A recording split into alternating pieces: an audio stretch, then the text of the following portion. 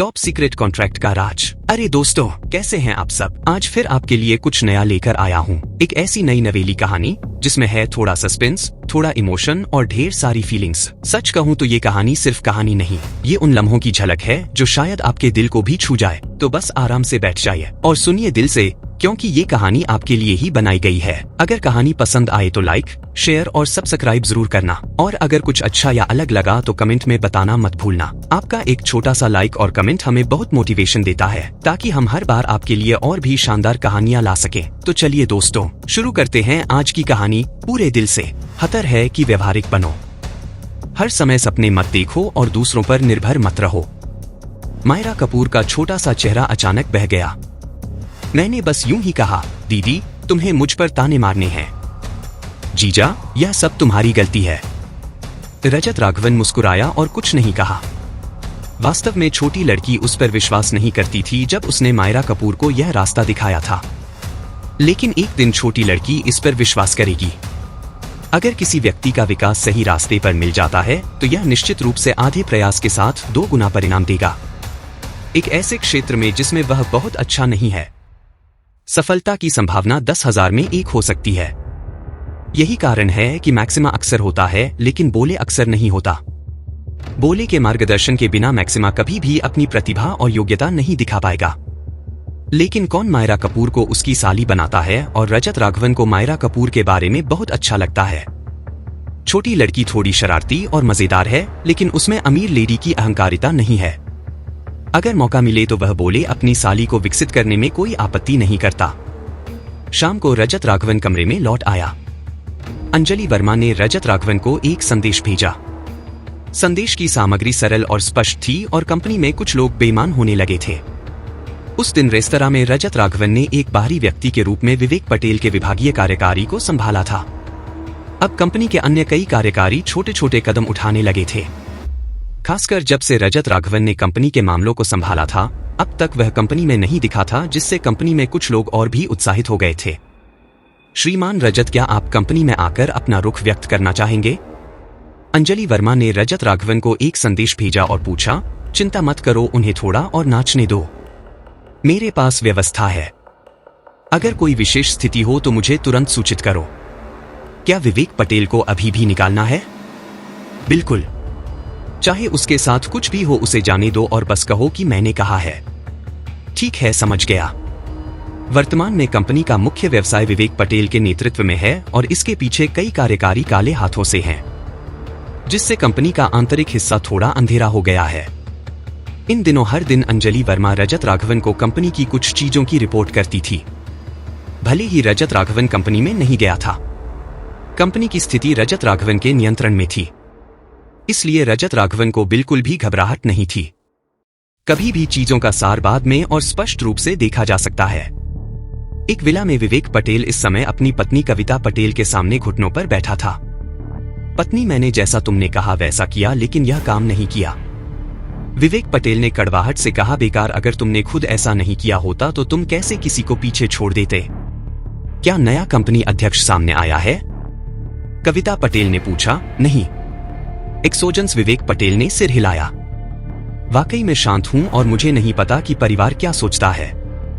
Company के नए अध्यक्ष की नियुक्ति की खबर पहले से नहीं बताई गई। कविता पटेल ने ठंडे स्वर में कहा, तो पत्नी अब हमें क्या करना चाहिए? विवेक पटेल ने पूछा। क्या करना चाहिए? तुम्हें अभी भी पूछने की हिम्मत है? कविता पटेल ने डांटा। माँ, मैंने तुम्हें कंपनी के शीर्ष पर बिठाने के लिए इतनी मेहनत की, लेकिन अब और अच्छा है। नए अधिकारी के पास 3 आगे हैं, लेकिन मुझे नहीं लगा था कि तुम बेकार बन जाओगे। पहली आग। पत्नी, मैं अगली बार ऐसा नहीं करूंगा। विवेक पटेल ने कहा। क्या तुम्हें लगता है कि यह पिछले बार उस लड़के की वजह से है? क्या एक साधारण लड़के के पास इतनी बड़ी ताकत हो सकती है कि तुम्हें नीचे ला सके? कविता पटेल ने तिरस्कार किया। मुझे खबर मिली है कि जो बड़ा युवा मास्टर 20 साल से अधिक समय से बाहर था, वह अपनी पत्नी को लेकर परिवार में वापस आया है। परिवार के व्यवसाय में निश्चित रूप से बदलाव होंगे, लेकिन तुम और अच्छे हो। महत्वपूर्ण समय पर केवल चैन गिराओगे। तो पत्नी, वापस जाकर पिताजी से मास्टर के सामने अच्छी बात करने को कहो। विवेक पटेल ने कहा, मैं वापस जरूर जाऊंगी, लेकिन मैं अकेले इस बुरे आदमी को नहीं छू सकती। मैंने तुमसे कहा था कि उन तीनों को ढूंढो। क्या तुमने ढूंढ लिया? ढूंढ लिया। उन तीनों ने क्या कहा? कहा कि वे मेरा समर्थन करेंगे। यह तीनों लोग कोई ईंधन कुशल लैंप नहीं है। तुम्हें नहीं पता कि तुम नाश्ता बेच रहे हो। मैं कल वापस जाऊंगी और अगर कुछ होता है तो मुझे तुरंत सूचित करो। मुझे समझ गया पत्नी ... अगले दिन मायरा कपूर सुबह जल्दी चली गई। सान्या कपूर भी कंपनी चली गई और रजत राघवन फिर से घर में सबसे आखिरी व्यक्ति बन गया जो उठा। उठने के बाद घर खाली था। लेकिन आज रजत राघवन को कुछ करना था क्योंकि उसे प्रिया रानी को कंपनी में इंटरव्यू के लिए साथ देना था।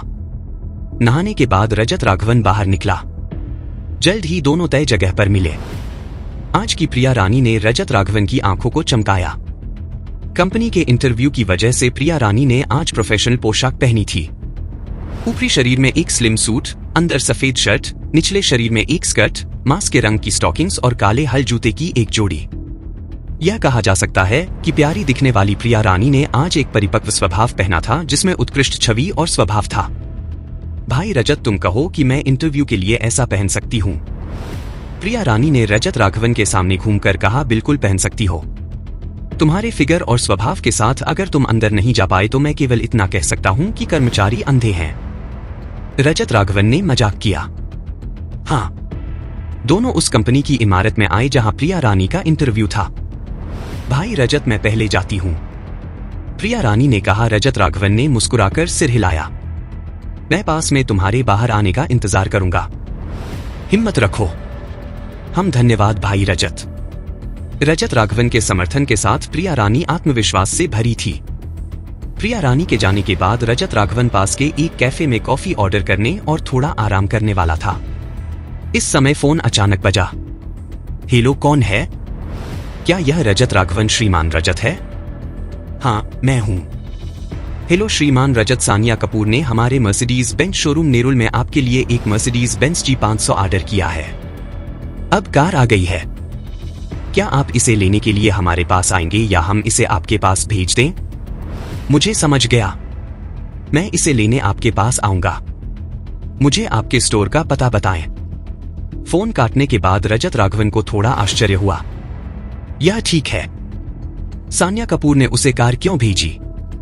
मर्सिडीज बेंज G500 की कीमत भी 1 लाख रुपए से ज्यादा है। क्या उसकी सस्ती पत्नी के पास वाकई में खर्च करने के लिए बहुत ज्यादा पैसा है? यह सोचकर रजत राघवन ने सान्या कपूर को फोन किया। किसी भी तरह पूछना निश्चित रूप से जरूरी था।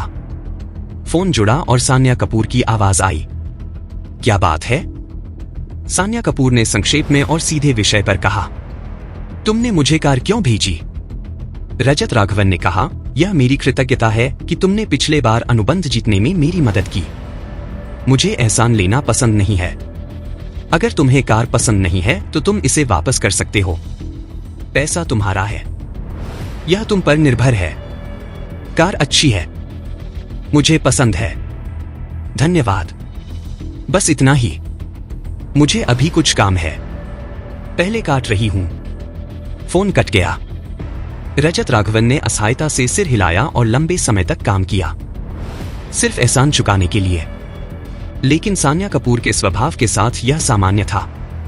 वैसे भी यह उसकी सस्ती पत्नी ने दी थी। बेकार में नहीं लेना चाहिए। यह हुआ कि रजत राघवन को भी परिवहन के साधन के रूप में एक कार की कमी थी। इसलिए रजत राघवन ने टैक्सी ली। उसके बाद अपनी आईडी और संबंधित प्रमाण पत्र निकालने के बाद उसने इस मर्सिडीज बेंज बिग जी को 4 एस्ट्रो से सफलतापूर्वक निकाला। श्रीमान रजत, यह मेरा बिजनेस कार्ड है। अगर कोई सवाल हो तो बेझिझक मुझसे संपर्क करें। मर्सिडीज बेंज एस्ट्रो के मैनेजर ने उत्साहपूर्वक रजत राघवन को अपना बिजनेस कार्ड दिया। समझ गया, धन्यवाद। रजत राघवन ने मुस्कुराकर कार्ड स्वीकार किया और सभी की नजरों में इस मर्सिडीज बेंज बिग जी में चला गया। यह अच्छी कार चलाने में वाकई में अच्छी लगती है। सड़क पर रजत राघवन ने इस मर्सिडीज बेंज बिग जी के ब्रदर या रानी ने असंतुष्ट होकर कहा। उन्हें अब पता चला कि यह तथाकथित दोस्तों का जमावड़ा रजत राघवन के लिए बिल्कुल भी दोस्ताना नहीं था। यह सब मजाक है, इसे गंभीरता से मत लो। करण गिल्हन से, छोटी बहन, मुझे लगता है तुम ज्यादा उम्र की नहीं हो। तुम्हें अभी अभी ग्रेजुएट हुए होंगे। तान्या बोस ने पूछा। हाँ, प्रिया रानी ने सिर हिलाया। मैं तुमसे पहले की हूं। मुझे तुम्हें चेतावनी देनी है कि आजकल प्यार करना आसान नहीं है। एक सफल करियर वाले पुरुष को ढूंढना ही सच्ची खुशी है। कुछ लोगों की चिकनी चुपड़ी बातों में मत फंसना। तान्या बोस ने कुछ निहितार्थ के साथ कहा। तुम सही कह रही हो। आजकल पुरुषों के पास पैसे नहीं है तो प्यार करने का कोई मतलब नहीं। स्नेहा अय्यर ने सहमति जताई क्योंकि रजत राघवन ने उस समय उनकी पीछा करने की कोशिशों को स्वीकार नहीं किया था। यह कहा जा सकता है कि उन्होंने इसे दिल पर ले लिया था और दोनों महिलाओं को रजत राघवन से शिकायत थी। अब उन्हें अंततः मजाक करने का मौका मिला और स्वाभाविक रूप से वे इस मौके को नहीं छोड़ने वाली थी। इसके अलावा उनकी राय में रजत राघवन और प्रिया रानी शायद बॉयफ्रेंड या गर्लफ्रेंड है, या रजत राघवन प्रिया रानी को पसंद करता है और यह मौका उनके लिए रजत राघवन और प्रिया रानी का रिश्ता खराब करने का था। स्नेहा अय्यर और तान्या बोस सही कह रही हैं। आजकल बॉयफ्रेंड ढूंढने के लिए भाई गिल, भाई संधू और भाई गिल जैसे लोगों को ढूंढना चाहिए। रवि मल्होत्रा ने सही समय पर चाटुकारिता की। हालांकि मुझे ठीक समझ नहीं आया कि आप लोग ऐसा क्यों कह रहे हैं, लेकिन मुझे नहीं लगता कि आप जो कह रहे हैं वह गलत है। प्यार में भौतिक चीजें सब कुछ नहीं होती। प्रिया रानी ने सीधे खंडन किया। ठीक है, इस समस्या पर ध्यान मत दो, पहले खाना ऑर्डर करो, करण गिल ने कहा और फिर सीधे अपने हाथ में मेन्यू प्रिया रानी को देते हुए कहा, तुम मेहमान हो, तुम ऑर्डर करो, मैं कुछ भी खा सकती हूं, तुम ही ऑर्डर करो। प्रिया रानी ने सीधे मना कर दिया, जिससे करण गिल को थोड़ी शर्मिंदगी हुई। खाना ऑर्डर करने का यह मोटा काम मैं कर लेता हूं। रवि मल्होत्रा ने खुशी से मेन्यू लिया और करण गिल के लिए माहौल को हल्का करने में मदद की। करण गिल रवि मल्होत्रा की चाटुकारिता से बहुत संतुष्ट था और बोला, रवि मल्होत्रा, जो भी तुम खाना चाहते हो ऑर्डर करो, आज मैं ट्रीट दे रहा हूं, शर्माओ मत। भाई गिल बहुत कूल है। यह पहली बार है जब मैंने 3 सितारा रेस्तरां में खाना खाया और यह सब भाई गिल की बदौलत है। ही रवि मल्होत्रा ने मुस्कुराते हुए कहा। कुल मिलाकर 15 व्यंजन और 2 सूप ऑर्डर किए गए। इस टेबल की कीमत लगभग 0 होने का अनुमान था। हालांकि करण गिल को थोड़ा दुख हुआ, लेकिन वह निश्चित रूप से इसे दिखा नहीं सकता था। हालांकि घर तोड़ा गया था और उसके पास कुछ पैसे थे, लेकिन इस तरह की जगह पर 1-2 बार खाना ठीक था। 3 सितारा होटल के वेटरों और शेफ की गुणवत्ता खराब नहीं थी और शानदार व्यंजन जल्दी ही परोस दिए गए। गिल, तुमने अपनी मस्ट को आखिरी बार कहाँ मॉडिफाई करवाया था? अगर शिल्प अच्छा है तो मैं भी बदलवाने की सोच रहा हूँ, रोहित संधू ने कहा। और मैं सिलहुड बदलवाने जा रहा हूँ और डार्थ वाटर स्टिकर लगवाऊंगा। मस्टैंग को बिना मॉडिफाई किए तो उसकी आत्मा ही नहीं है, करण गिल ने कहा। वह ठीक था, मैंने पहले और बाद में सिर्फ 0 खर्च किए, जो काफी किफायती है। करण गिल हंसे। रोहित संधू और करण गिल से करण गिल की मुलाकात तब हुई थी जब उसने मस्ट खरीदी थी। दोनों नवी मुंबई के स्थानीय थे। उनके माता पिता का बिजनेस था और थोड़ा पैसा था। पारिवारिक संपत्ति के मामले में तीनों वास्तव में एक जैसे थे। यही कारण था कि तीनों एक शक्ल में खेल पा रहे थे। वाह भाई गिल, मैंने पहले कभी मस्ट को नहीं चलाई, क्या थोड़ी देर बाद मुझे इसे चलाने दोगे? रवि मल्होत्रा ने ईर्ष्या से कहा। तुम चलाना चाहते हो, लो यह चाबी। करण गिल ने कार की चाबी फेंक दी, खुशमजाजी का दिखावा करते हुए। हाय शुक्रिया भाई गिल। रवि मल्होत्रा ने चाबी ली और उत्साहित दिखा। करण गिल, खाना खाने के बाद कोई आफ्टर डिनर प्रोग्राम है? तान्या बोस ने पूछा। हाँ, खाने के बाद हमेशा कुछ व्यायाम करना चाहिए ताकि पाचन हो, वरना बहुत बोरिंग हो जाएगा, स्नेहा अय्यर ने मुस्कुराते हुए कहा। करण गिल, खाना खाने के बाद क्या तुम मुझे अपनी कार घर में थोड़ी हवा खाने दे सकते हो? निशा चटर्जी ने सिर खुजलाते हुए कहा। चिंता मत करो, खाना खाने के बाद मैं तुम्हें सड़क पर हवा खाने ले जाऊंगा, फिर मूवी देखेंगे, गाना गाएंगे और हॉट स्प्रिंग्स में नहाएंगे। तुम खुद चुन सकते हो, हम तीनों यहाँ हैं, तुम जो चाहो खेल सकते हो। रोहित संधू ने मुस्कुराते हुए कहा। भाई गिल, भाई संधू, भाई गिल माहौल हाहा खुश, लोकल टकून सपोर्ट चाहिए। ही इंटूज के साथ मजा आता है। प्रिया रानी बाद में हमारे साथ क्यों नहीं खेलती? करण गिल ने प्रिया रानी पर नजर डालते हुए मुस्कुराया। शुक्रिया, लेकिन मैं खाना खाने के बाद भाई रजत के साथ वापस जाऊंगी तो नहीं जाऊंगी। प्रिया रानी को इन लोगों के साथ खेलने की कोई इच्छा नहीं थी। तो ठीक है, मैं तुम्हें बाद में ड्रॉप कर दूंगा। करण गिल ने कहा। नहीं, मैं मेट्रो ले लूंगी। वाह रजत राघवन, तुम भी जेंटलमैन नहीं हो। इतनी खूबसूरत लड़की के साथ बाहर आए और उसे मेट्रो से वापस जाने दे रहे हो। तान्या बोस हंसी। रजत राघवन, यह तुम्हारी गलती है। भले ही तुम्हारे पास कार ना हो, तुम्हारे पास कुछ पैसे तो होने चाहिए। स्नेहा अय्यर ने तंज कसा। ऐसा नहीं कह सकते। उन्होंने अभी अभी इस्तीफा दिया है और पहले सिर्फ 3000 रुपए महीना था। थोड़ा बचाना पड़ता है। निशा चटर्जी ने अजीब ढंग से कहा, कोई बात नहीं रजत राघवन, मैं तुम दोनों को बाद में ड्रॉप कर दूंगा। चिंता मत करो, मैं तुमसे पेट्रोल का पैसा कभी नहीं मांगूंगा। करण गिल हंसे। तान्या बोस और तीनों ने डिनर टेबल पर रजत राघवन का मजाक उड़ाने में कोई कसर नहीं छोड़ी। रोहित संधू और करण गिल ने रजत राघवन के मजाक को खुशी खुशी देखा, जबकि रवि मल्होत्रा ने पूरी तरह से कुत्ते की तरह चाटुकारिता की और सही समय पर करण गिल और तीनों को चाटा। रजत राघवन ने धीरे धीरे अपने हाथ में चपस्टिक्स रख दी, एक टिश्यू उठाया, अपने मुंह को शालीनता से पोंछा और धीरे से बोला, क्या खाना खाते समय थोड़ा शांत नहीं रह सकते? रजत राघवन, क्या तुम इतना मजाक भी नहीं सह सकते? यहां तुम्हारा पसंदीदा खाना है, मजाक क्यों कर रहे हो? क्या तुम पिछले जन्म में भूखे भूत थे? ऐसा मत कहो। यह 3 सितारा रेस्तरां है और एक टेबल खाने की कीमत इतनी है। उन्होंने शायद पहली बार खाया होगा। समझ सकते हैं। दोस्त चिंता मत करो, अगर बाद में खत्म नहीं कर पाए तो पैक कर सकते हो। रोहित संधू ने मुस्कुराते हुए कहा, हाँ, सभी मजाक कर रहे हैं और मजे ले रहे हैं। सिर्फ खाते मत रहो, बिना बोले जो खाना चाहते हो उसे बाद में पैक कर देंगे। करण गिल ने मुस्कुराते हुए कहा, अगर यह चीजें खत्म नहीं कर पाए तो पैक ना करने से बर्बादी होगी, भले ही हम इन्हें वापस ले जाएं। यह सिर्फ कुत्तों को खिलाने के लिए होगा। करण गिल ने बोलने के बाद फिर से हंसी की लहर उठी। भाई रजत चलो। प्रोटिस रानी ने रजत राघवन के कपड़े खींचे और धीरे से कहा। उन्हें अब पता चला कि करण गिल ने रजत राघवन को खाने पर बुलाया सिर्फ इसलिए क्योंकि वह रजत राघवन को परेशान करना और उसका मजाक उड़ाना चाहता था।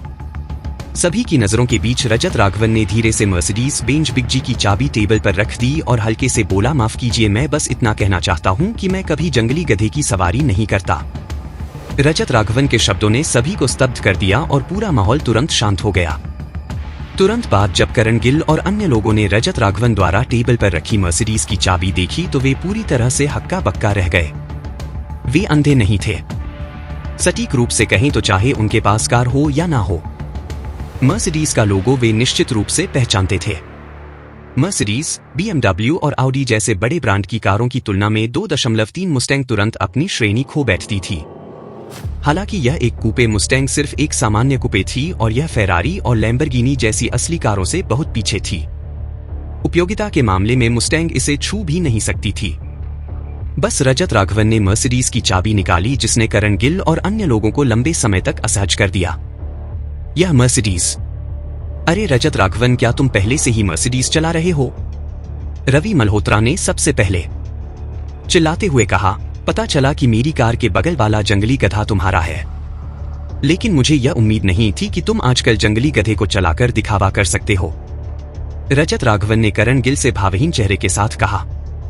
वह वाकई में करण गिल जैसे लोगों के सामने दिखावा नहीं करना चाहते थे, लेकिन इन लोगों ने उनकी धैर्य की बार बार चुनौती दी थी।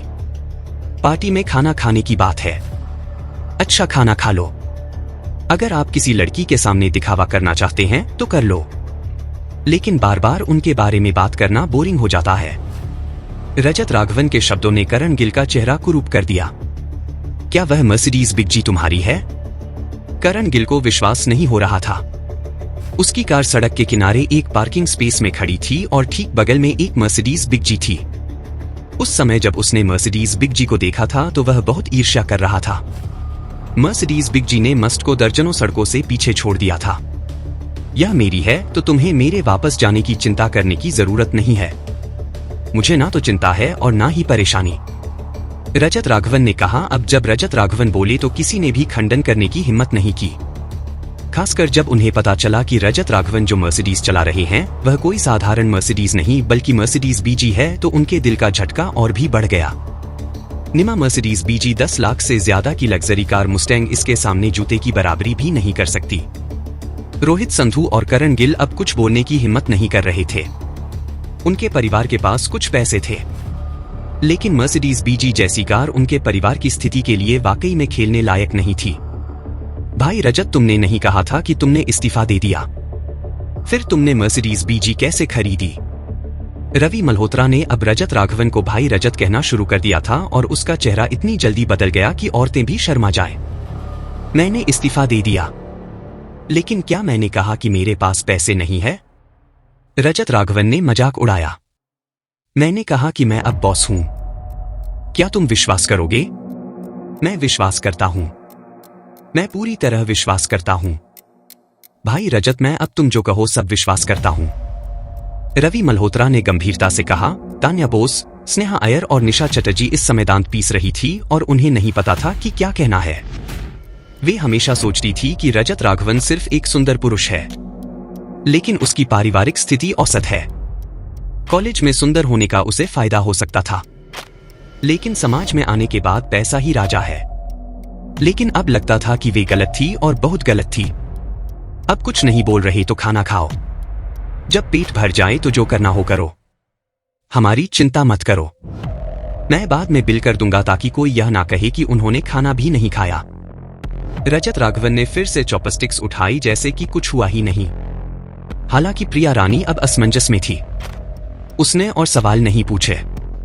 चाहे रजत राघवन ने जो कहा वह सच था या झूठ, उसे अब करण गिल और अन्य लोगों को पस्त होते देखकर बहुत खुशी हो रही थी। यह लोग जो उन्होंने पहले कहा और किया वाकई में बहुत ज्यादा था। ठीक है, मैं पहले बाथरूम जा रही हूं, स्नेहा अय्यर ने उठकर कहा, मुख्य रूप से शर्मिंदगी को कम करने के लिए। मैं भी जा रही हूं। मैं भी, पता नहीं लड़कियां समूह में बाथरूम जाना क्यों पसंद करती हैं। स्नेहा अय्यर के बाथरूम जाने के बाद तान्या बोस और निशा चटर्जी भी उठ गई। तीनों लड़कियां बॉक्स से चली गई। करण गिल और अन्य लोग अब बहुत शर्मिंदा थे। वे चुपचाप चॉपस्टिक्स उठाकर खाना खाने लगे और कुछ नहीं बोल पाए। वे क्या कह सकते थे? वे लाख से ज्यादा की मस्त को लेकर मर्सिडीज बिग जी चलाने वाले का मजाक नहीं उड़ा सकते थे। और खाओ, जब पेट भर जाए तो मैं तुम्हें वापस ड्रॉप कर दूंगा। रजत राघवन ने प्रिया रानी को सब्जियां परोसी। ठीक है, शुक्रिया भाई रजत, प्रिया रानी ने मुस्कुराते हुए कहा। समय बीतता गया और स्नेहा अय्यर और तीनों अभी तक वापस नहीं आई थी। इस समय बॉक्स के दरवाजे के बाहर अचानक शोर हुआ। हमने पहले ही माफी मांग ली, अब तुम क्या चाहते हो? लाख की एक बोतल रेड वाइन। तुम लूट क्यों नहीं लेते? अगर तुम लोग फिर से अनुचित हुए तो मैं पुलिस को बुलाऊंगी। बाहर क्या हुआ? रवि मल्होत्रा, जाओ देखो, करण गिल ने कहा। ठीक है। यहां वह सबसे कम दर्जे का था। रवि मल्होत्रा ने दरवाजा खोला और बाहर गया और जल्दी ही वापस आया। भाई गिल, स्नेहा अय्यर तीनों उलझ गई हैं और तुम्हें बाहर जाकर इसे सुलझाना होगा। रवि मल्होत्रा ने शर्मिंदगी से कहा, जाकर देखते हैं। करण गिल ने बोलने के बाद दरवाजा धक्का देकर बाहर निकल गया। रोहित संधू और करण गिल भी उसके पीछे गए। भाई रजत, क्या हमें बाहर जाकर देखना चाहिए? प्रिया रानी ने पूछा। यह हमारा मामला नहीं है, चिंता मत करो, शांति से खाना खाओ। रजत राघवन ने मुस्कुराते हुए कहा। ओह, प्रिया रानी बहुत आज्ञाकारी थी और खाना खाती रही। गलियारे में इस समय स्नेहा अय्यर और अन्य लोगों के सामने दो युवक खड़े थे। जमीन पर एक टूटी हुई रेड वाइन की बोतल थी। क्या बात है? करण गिल ने बाहर आकर पूछा। भाई गिल, वे बहुत ज्यादा हैं। मैंने गलती से उनसे टकरा गई और एक बोतल रेड वाइन तोड़ दी। मैंने माफी मांग ली, लेकिन वे फिर भी मुझे नहीं छोड़ रहे। करण गिल को देखकर स्नेहा अय्यर को जैसे रीढ़ की हड्डी मिल गई और उसने जल्दी से कहा, दोस्त, थोड़ा सम्मान दो, औरतों से हिसाब मत करो। करण गिल हंसे। उन्होंने देखा कि एक युवक ने करण गिल को तिरस्कार भरी नजरों से देखा और बोला, तुम कौन से प्याज हो, मुझे तुम्हें क्यों सम्मान देना चाहिए? ऐसी अवमानना औरतों के सामने होने से करण गिल का चेहरा कुरूप हो गया और बोला, ज्यादा सख्त मत बनो, मैं तुम्हें जितना भी हो चुका दूंगा। चुकाओ। ठीक है, 2 लाख चुका। 2 लाख। एक बोतल रेड वाइन के लिए 2 लाख तुम उगाही कर रहे हो? रवि मल्होत्रा ने चिल्लाते हुए कहा। कछुआ, अपनी आंखें खोलो और देखो, यह 90 साल पुरानी रोमानी कॉन्टी है। मैंने इसे विशेष रूप से अपने दोस्त से मंगवाया था और 2 लाख ज्यादा नहीं है। युवक ने तंज कसा। अब करण गिल की बारी थी कि वह थोड़ा हक्का बक्का रह जाए। चाहे दूसरा पक्ष जो कह रहा हो वह सच हो या झूठ, लेकिन स्नेहा अय्यर को बचाने के लिए लाख की बोतल रेड वाइन का भुगतान करना वह वाकई में नहीं कर सकता था। लाख कोई साधारण राशि नहीं थी। लाख की एक बोतल रेड वाइन की कीमत ने करण गिल और कमरे में मौजूद अन्य लोगों को स्तब्ध कर दिया। वे इस कीमत को स्वीकार नहीं कर पाए। दोस्त, अगर तुम ऐसे ही रहे तो हमें पुलिस को बुलाना होगा। रोहित संधू ने गंभीरता से कहा, एक बोतल रेड वाइन के लिए लाख का मुआवजा यह उनके तीनों के लिए कोई छोटी राशि नहीं थी। पुलिस बुलाओ। यह सुनकर वह आदमी हंसा, तो बुलाओ। तुम कछुओं के झुंड, क्या मुझे तुम्हारे पैसे ठगने का इरादा है? तुम कह रहे हो कि यह 90 साल पुरानी रोमानी कौन है? हमें कैसे पता कि यह असली है? आजकल नकली वाइन बहुत है। करण गिल ने असंतुष्ट होकर कहा, वाकई में कछुओं का झुंड। वह आदमी हंस पड़ा। चलो जमीन पर लेटो और चखो। असली और नकली का स्वाद अलग होता है। मैं तुम कछुओं से बात करने के लिए वाकई में बहुत आलसी हूं। या तो मुआवजा दो या आज जमीन पर घुटने टेक कर रेड वाइन चाटो और फिर घुटनों पर बैठकर कहो, दादाजी मैं गलत था, और बात खत्म। इस आदमी ने जो कहा उसने करण गिल और अन्य लोगों के चेहरों को बदल दिया। लाख का मुआवजा सिर्फ एक औरत को बचाने के लिए तीनों के लिए कुछ हद तक अस्वीकार्य था। अगर वे नहीं चुकाते तो उन्हें जमीन पर घुटने टेक कर चाटना होगा और ऐसी शर्मनाक बातें कहनी होंगी। यह भी वे स्वीकार नहीं कर सकते थे। इस समय होटल मैनेजर ने शोर सुनकर आ गया। यो सनी अरोड़ा, रॉकी सेठी दुर्लभ मेहमान, इतना गुस्सा क्यों? मैनेजर ने दोनों युवकों से उत्साह से कहा। होटल मैनेजर के व्यवहार ने करण गिल का दिल डुबो दिया। यह एक 3 सितारा होटल था। 3 सितारा होटल के मैनेजर के रूप में उसने कई प्रतिष्ठित मेहमानों की मेजबानी की होगी। हालांकि तीनों के पास अच्छी पारिवारिक स्थिति थी, लेकिन वे इस नवी मुंबई में वाकई में कुछ भी नहीं थे। एक ऐसा व्यक्ति जो होटल मैनेजर जैसे व्यक्ति का गर्मजोशी से स्वागत करता हो। उसकी पृष्ठभूमि बहुत बड़ी होगी। कम से कम परिवार की संपत्ति 10 लाख होगी। मैनेजर विनोद शर्मा, मैंने इस 90 साल पुरानी रोमानी कोंटी को आपके पास सुरक्षित रखवाया था।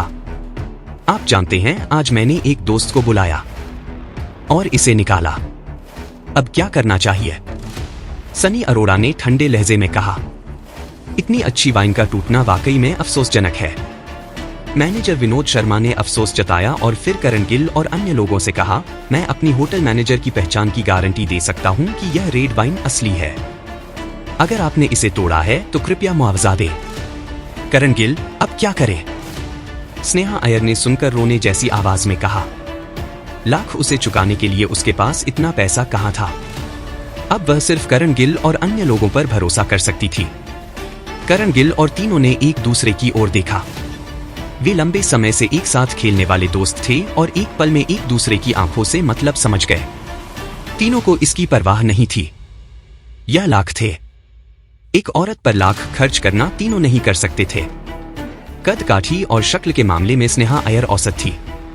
अगर वे इन लाख को खर्च करते तो वे कुछ छोटी हस्तियों के साथ खेल सकते थे। एक औरत के लिए लाख खर्च करना इसके लायक नहीं था। स्नेहा अय्यर, तुमने रेड वाइन तोड़ी। तुम्हें खुद इसका भुगतान करना चाहिए। मैं तुम्हारी मदद नहीं कर सकता, करण गिल ने ठंडे लहजे में कहा। यह सुनकर स्नेहा अय्यर का दिल अचानक ठंडा पड़ गया। मेरे पास 2 लाख कहाँ है? करण गिल, इस बार मेरी मदद करो। प्लीज इस बार मेरी मदद करो। तुम जो चाहो मैं करूंगी। स्नेहा अय्यर ने याचना की। माफ करो, मैं तुम्हारी मदद नहीं कर सकता। करण गिल ने बोलने के बाद दूसरी ओर मुस्कुराते हुए कहा, मेरे दोस्त, यह उसका मामला है। हमें इससे कोई लेना देना नहीं है। उस आदमी ने तिरस्कार भरी नजरों से देखा। अगर तुम में इतनी हिम्मत नहीं है तो लड़कियों को फंसाने मत निकलो। यह शर्मनाक नहीं है। करण गिल और तीनों अबाक रह गए और खंडन करने की हिम्मत नहीं कर पाए। तो अगर तुम मुआवजा नहीं दे सकते तो रेड वाइन चाटने की जरूरत नहीं है। मेरे साथ बॉक्स में आकर कुछ ड्रिंक्स लो। आज्ञाकारी बनो। यह मामला खत्म हो जाएगा। कैसा है? उस आदमी ने स्नेहा अय्यर से कहा। स्नेहा अय्यर की कदकार थी और शक्ल औसत थी, तो इसे खिलौने की तरह खेलने में कोई नुकसान नहीं था। जैसे ही स्नेहा अय्यर ने यह सुना, वह अपने दिल में पहले ही अनुमान लगा चुकी थी कि अगर वह सहमत होकर बॉक्स में गई तो क्या होगा। हालांकि वह एक रईस दूसरी पीढ़ी को ढूंढना चाहती थी, लेकिन इस स्थिति में वह इसे स्वीकार नहीं कर सकती थी। जल्दी करो और फैसला करो, या तो मुआवजा दो या मेरी शर्तों पर सहमत हो। मत सोचो कि तुम बहुत खास हो। दूसरी ओर ने अधीरता से कहा। स्नेहा अय्यर ने करण गिल और अन्य लोगों की ओर देखा, लेकिन पाया कि कोई भी उसकी ओर नहीं देख रहा था और सभी ने नजरें फेर ली थी। कोई आश्चर्य नहीं, 2 लाख कोई छोटी राशि नहीं थी। कोई भी उसकी मदद के लिए तैयार नहीं था, वह खुद इसे नहीं दे सकती थी और दूसरी ओर का व्यक्ति बहुत बड़ा लगता था। मजबूरी में स्नेहा अय्यर को आंसुओं के साथ सिर हिलाना पड़ा। मैं आपकी शर्तों पर सहमत हूँ। हाँ तो अंदर आओ, उस आदमी ने तंज कसा। हम भाइयों के साथ खेलना इन कचरे वालों से कहीं बेहतर है।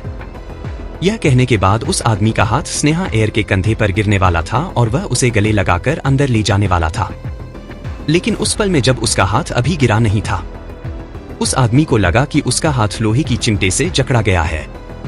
दर्द हो रहा है, दर्द हो रहा है। वह आदमी दर्द से अपने पैरों को पटकने लगा।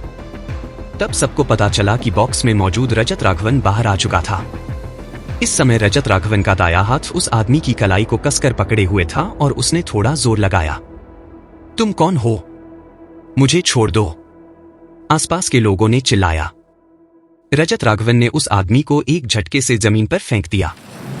खाना खाना भी शांति से नहीं हो सकता। कुत्ते, तुम कौन हो? हिम्मत है तो अपना नाम बता।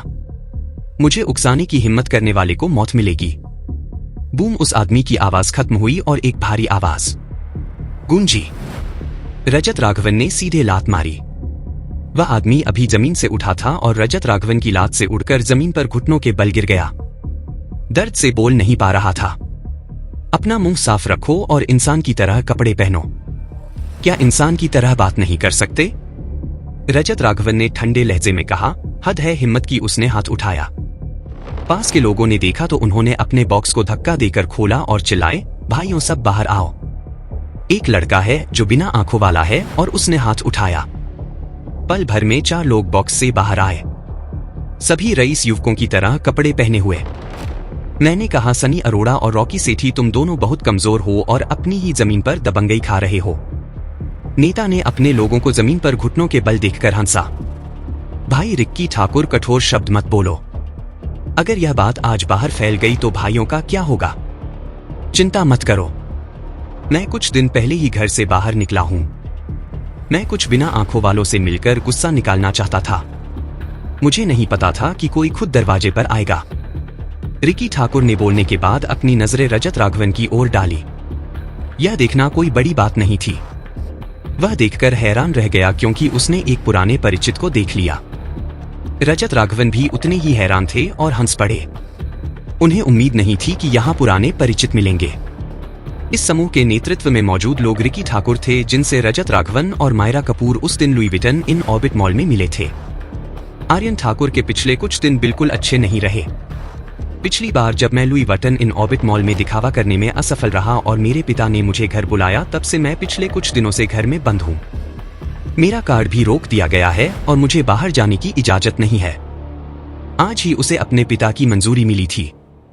वह 2 जिन दोस्तों के साथ खाना खाने गया और फिर वापस लौट आया। अप्रत्याशित रूप से ऐसी घटना हो गई और उसने एक पुराने परिचित को देख लिया।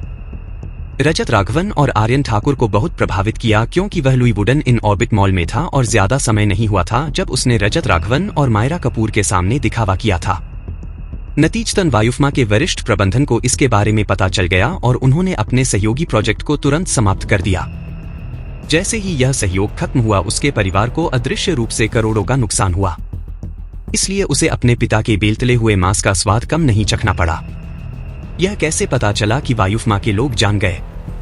यह आर्यन ठाकुर को 10,000 लोग भी समझ नहीं पाए और यह कल्पना करना मुश्किल था कि जो व्यक्ति 80,000 रुपए का बैग भी नहीं खरीद सकता, वह वायुफ्मा के अधिकारियों को कैसे जान सकता है?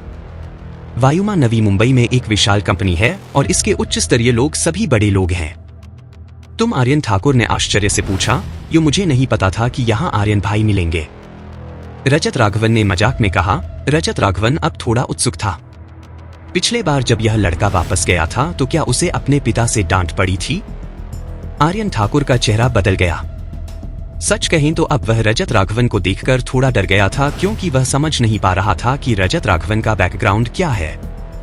भाई रिक्की सनी अरोड़ा को उसने पीटा है। तुम उससे क्या बकवास कर रहे हो? बगल में खड़े रॉकी सेठी ने आगे बढ़कर कुछ करने की कोशिश की। उतावला मत हो, आर्यन ठाकुर ने जल्दी से उसे रोका। रिक्की भाई, क्या बात है? आसपास के लोग भ्रमित थे। यह आर्यन ठाकुर के स्वभाव से थोड़ा अलग था। उसे पीटा गया था, फिर भी वह इतना शांत था। सनी अरोड़ा का क्या हाल है? उसे पहले अस्पताल ले जाओ, हम इसे भूल जाएं। रेड वाइन की बोतल मेरे खाते में। आर्यन ठाकुर ने कुछ ऐसा कहा जिसने आसपास के लोगों को भ्रमित कर दिया। रिकी भाई, क्या बात है? तुम क्या कह रहे हो? साफ है कि उनके लोगों ने शराब तोड़ी, फिर तुम क्यों भुगतान कर रहे हो? रिकी भाई, इस मामले को ऐसे नहीं छोड़ सकते। लोगों का समूह अचानक असंतुष्ट हो गया। वे सभी अमीर युवा मालिक थे और आर्यन ठाकुर उनका नेता था। उन्होंने कभी इतना गुस्सा नहीं सहा था। अगर तुम अभी भी मुझे अपना भाई मानते हो तो इस बारे में बात मत करो। यह मामला तय है। आर्यन ठाकुर का रवैया दृढ़ और उसका लहजा सख्त था।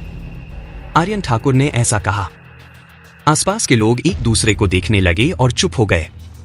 आर्यन ठाकुर ने ऐसा कहा तो वे और क्या कह सकते थे? बस इसे भूल जाओ।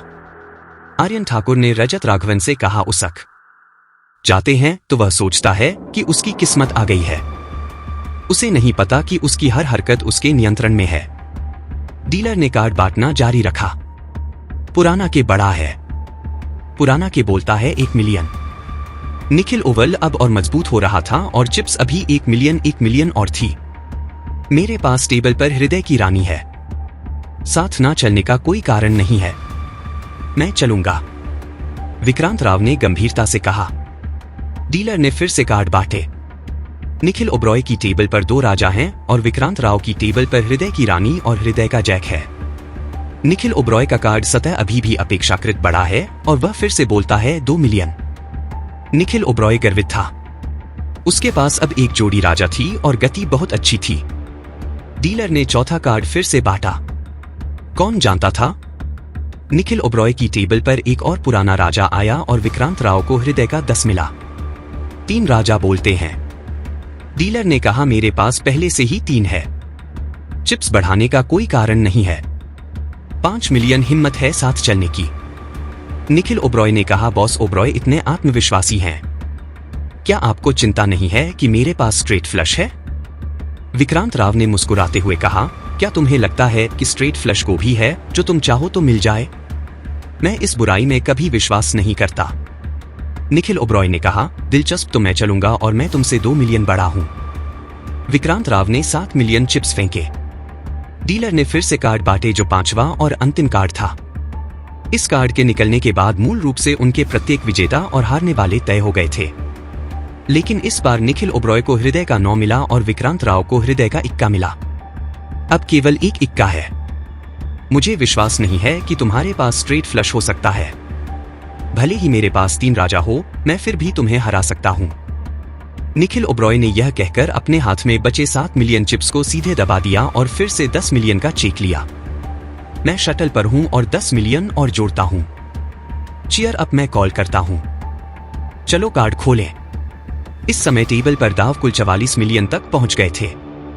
निखिल ओब्रॉय ने सीधे अपने होल कार्ड को पलट दिया। यह पुराना राजा नहीं था बल्कि एक और 1 था। विक्रांत राव ने धीरे से मुस्कुराया। बॉस ओब्रॉय, वह पुराना के मेरे पास है।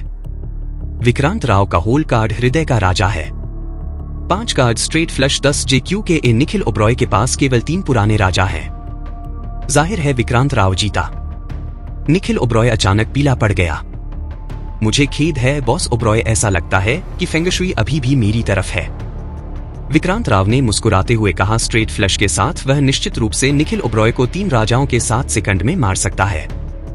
पहले की जीत को गिनते हुए निखिल ओब्रॉय अब पूरी तरह से 30 मिलियन हार चुका है। 30 मिलियन निखिल ओब्रॉय के लिए ज्यादा नहीं है, लेकिन यह भी कम नहीं है। सबसे महत्वपूर्ण बात यह है कि निखिल ओब्रॉय अब शीर्ष पर है। नरक में जाओ, यह शैतानी है। तुम पुराना पैसा तो नहीं दे रहे ना?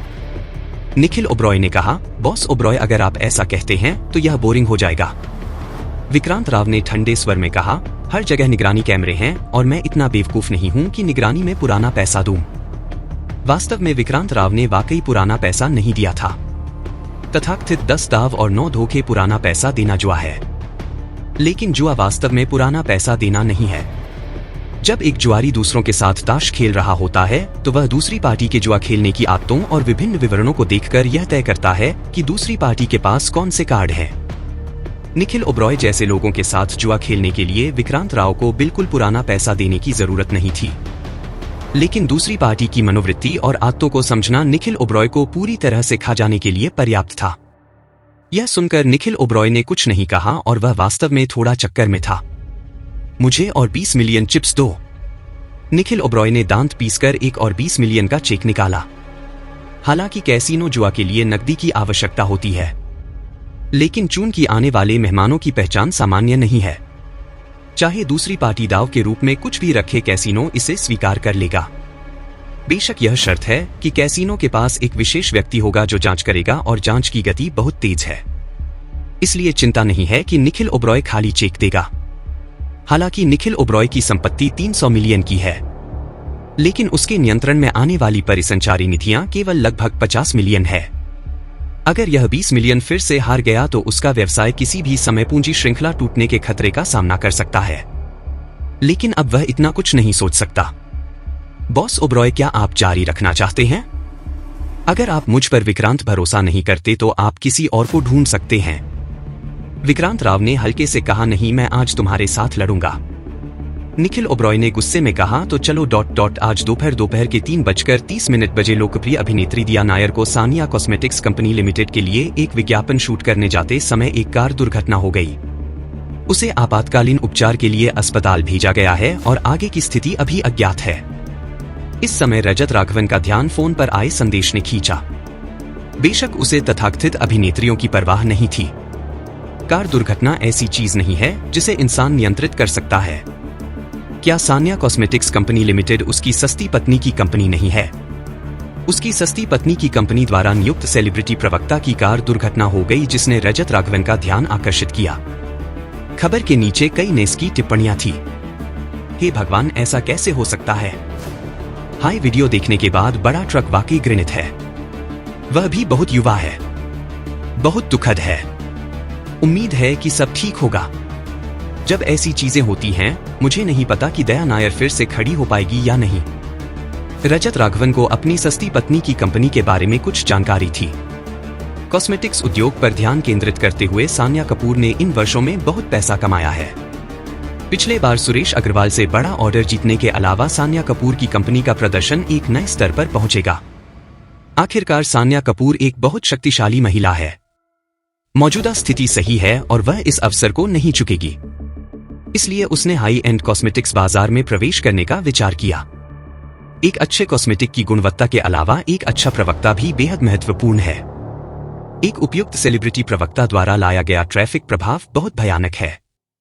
दिया नायर ने अभी डेब्यू किया है, लेकिन वह एक लोकप्रिय अभिनेत्री है। इस समय दिया नायर को अपनी कंपनी के उत्पादों के प्रवक्ता के रूप में बात करना निश्चित रूप से एक सही रणनीति थी। कौन सोचता था कि ऐसा कुछ होगा? अगर रजत राघवन का अनुमान सही है तो सानिया कपूर इस समय खराब मूड में होनी चाहिए। सानिया कॉस्मेटिक्स कंपनी लिमिटेड राष्ट्रपति के कार्यालय के अंदर मिस कपूर अस्पताल से खबर है कि दिया नायर को बचाया जा रहा है। यह विज्ञापन शूटिंग निश्चित रूप से असंभव है। सचिव ने कहा, मैं समझ गई, तुम पहले बाहर जाओ। सानिया कपूर अब बहुत खराब मूड में थी। दिया नायर के डेब्यू करने के कुछ समय बाद उसने दिया नायर के साथ एक विज्ञापन अनुबंध पर हस्ताक्षर किए, जो एक सही कदम था। लेकिन कौन सोचता था कि अब ऐसा कुछ होगा? इन वर्षों में कंपनी ने प्रवक्ता भी ढूंढे, लेकिन वे सभी दूसरी श्रेणी, तीसरी श्रेणी और यहां तक कि कुछ पुराने सेलिब्रिटी प्रवक्ता थे और प्रभाव ज्यादा नहीं था। इस बार दिया नायर पर हस्ताक्षर करना सानिया कपूर के अगले कदम के लिए हाई एंड कॉस्मेटिक्स बाजार में प्रवेश करने की तैयारी थी।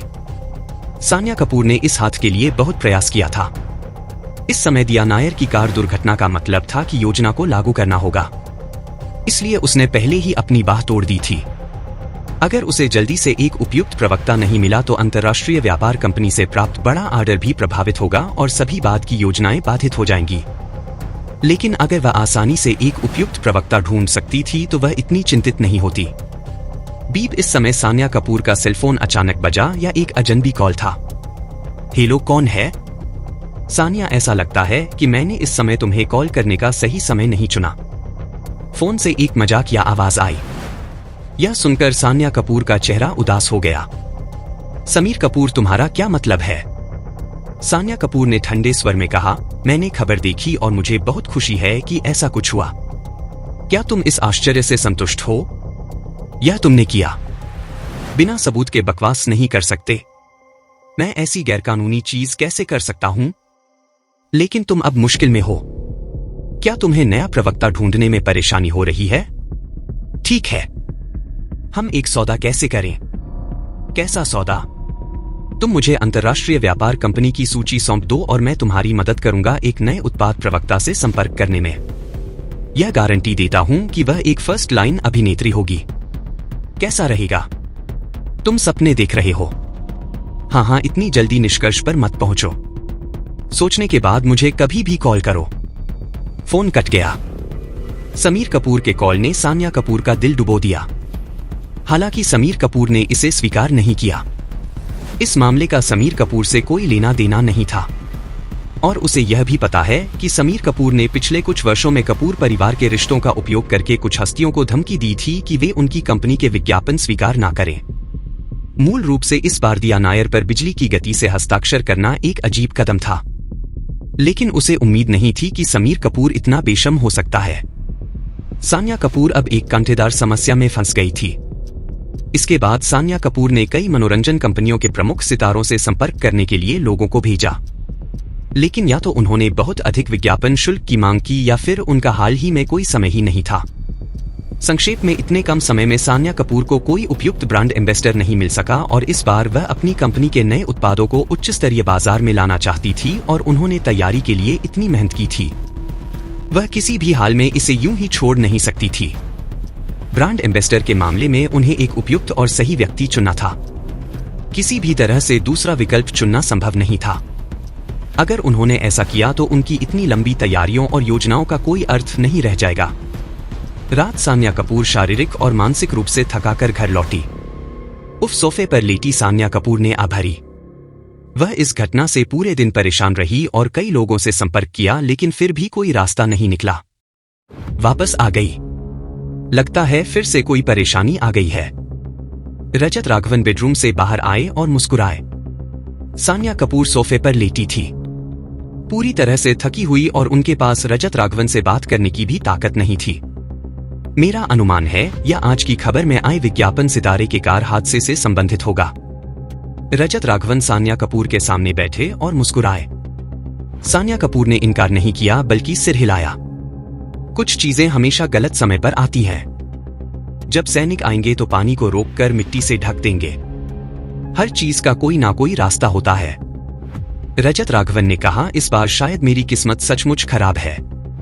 सान्या कपूर ने कड़वाहट के साथ कहा। इस समय सान्या कपूर के मोबाइल पर व्हाट्सएप पर एक संदेश आया जिसमें एक फोन नंबर था। सान्या कपूर ने इसे देखा और तुरंत सोफे से उठकर बैठ गई और उस नंबर पर कॉल किया। थोड़ी प्रतीक्षा के बाद कॉल कनेक्ट हो गया। हेलो, क्या यह मिस श्रुति मेनन है? मैं सान्या कपूर, सान्या कॉस्मेटिक्स की अध्यक्ष, नमस्ते। बात यह है कि मैं चाहती हूं कि आप हमारी कंपनी के नए उत्पादों के ब्रांड एम्बेसडर बने। आपका क्या विचार है? हाँ, अगले 2 दिनों में मिस श्रुति, क्या 10 करोड़ की विज्ञापन फीस थोड़ी ज्यादा नहीं है? बीप सान्या कपूर के बोलते ही दूसरी ओर से फोन काट दिया गया। यह महिला अपने आप को बहुत ऊंचा समझती है। जब कॉल कट गया, सान्या कपूर ने गुस्से में फोन को सोफे पर फेंक दिया। उनका सीना तेजी से ऊपर नीचे हो रहा था और वह बहुत उत्तेजित थी। क्या हुआ? रजत राघवन ने पूछा। मैंने सुरेश अग्रवाल से उनके दोस्त के जरिए श्रुति मेनन का निजी फोन नंबर लिया। मैंने उन्हें फोन करके ब्रांड एम्बेसडर बनने की बात की, लेकिन उन्होंने 10 करोड़ की विज्ञापन फीस मांगी और वह भी उनकी शेड्यूल के अनुसार आना होगा। सचमुच मैं बहुत गुस्सा हूं। सान्या कपूर ने गुस्से में कहा। आखिरकार वह भी एक कंपनी की मालिक है। उन्हें कभी इतना गुस्सा नहीं आया था।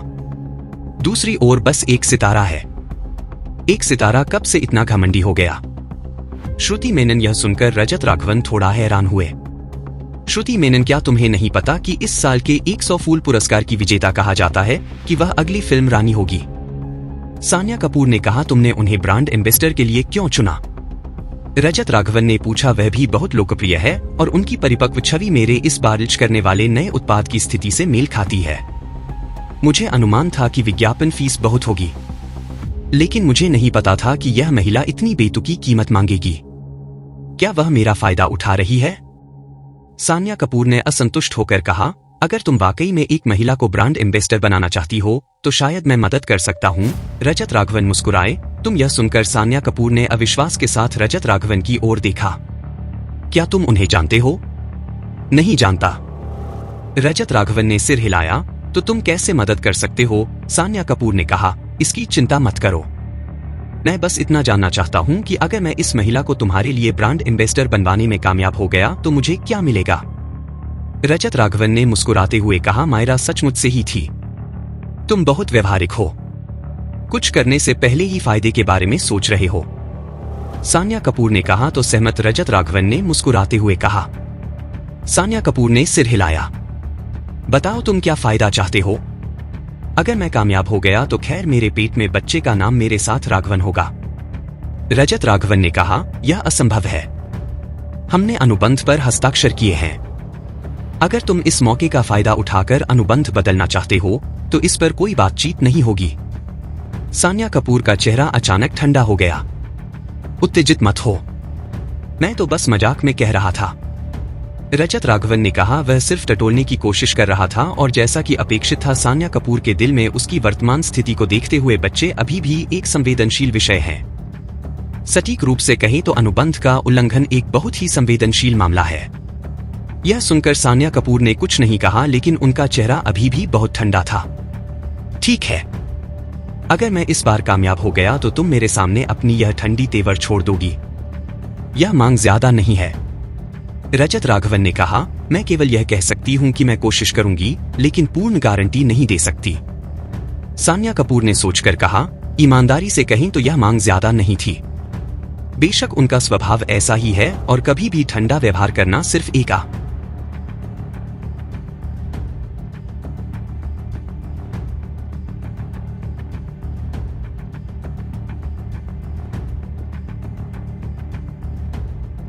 दत्त है, जानबूझकर नहीं। तो यह तय रहा। ईमानदारी से कहीं तो रजत राघवन सान्या कपूर से कुछ फायदा लेना चाहते थे, लेकिन वह सिर्फ इस महिला को बदलना चाहते थे। सान्या कपूर जैसी महिला को जीतने के लिए आपको वह करना होगा जो वह नहीं कर सकती। उसे प्रभावित करना होगा, उसे प्रशंसा करने के लिए मजबूर करना होगा और उसे दिल से सम्मान देना होगा। यह मदद, इसे सिर्फ एक संयोग ही कहा जा सकता है। रजत राघवन मनोरंजन उद्योग के उन सितारों को नहीं जानते, ना ही श्रुति मेनन को, जो 100 फूल पुरस्कार जीत चुकी हैं और शायद अगली फिल्म रानी बनेंगी। सान्या कपूर के साथ यह शर्त लगाने की हिम्मत इसलिए की क्योंकि रजत राघवन के एक व्हाट्सएप दोस्त ने अपनी स्टोरी में श्रुति मेनन के साथ छुट्टियों पर एक जोड़े की तरह गले मिलते हुए तस्वीर डाली थी। यह व्यक्ति रजत राघवन के लिए परिचित भी था और अपरिचित भी। वह था जिसके साथ उन्होंने पहले गेम में कड़ा मुकाबला किया था। इस दौरान लगभग हर रात रजत राघवन कुछ गैंग लड़ाइयों के लिए उनके साथ संगठित होते थे और थोड़ा खेलते थे। बार बार बातचीत के बाद दोनों में दोस्ती हो गई। उन्होंने व्हाट्सएप पर एक दूसरे को जोड़ा, फोन नंबर लिए और ऑनलाइन दोस्त बन गए। वह व्यक्ति था निखिल ओबरॉय और दोनों का संपर्क ऑनलाइन था। हालांकि उनके बीच ज्यादा समय नहीं बीता था, लेकिन निखिल ने रजत राघवन को बातचीत में बहुत सहज महसूस कराया। रजत राघवन ने निखिल की तस्वीर देखी थी और वह मोटा और थोड़ा मूर्ख दिखता था, लेकिन वास्तव में वह एक मजेदार व्यक्ति था।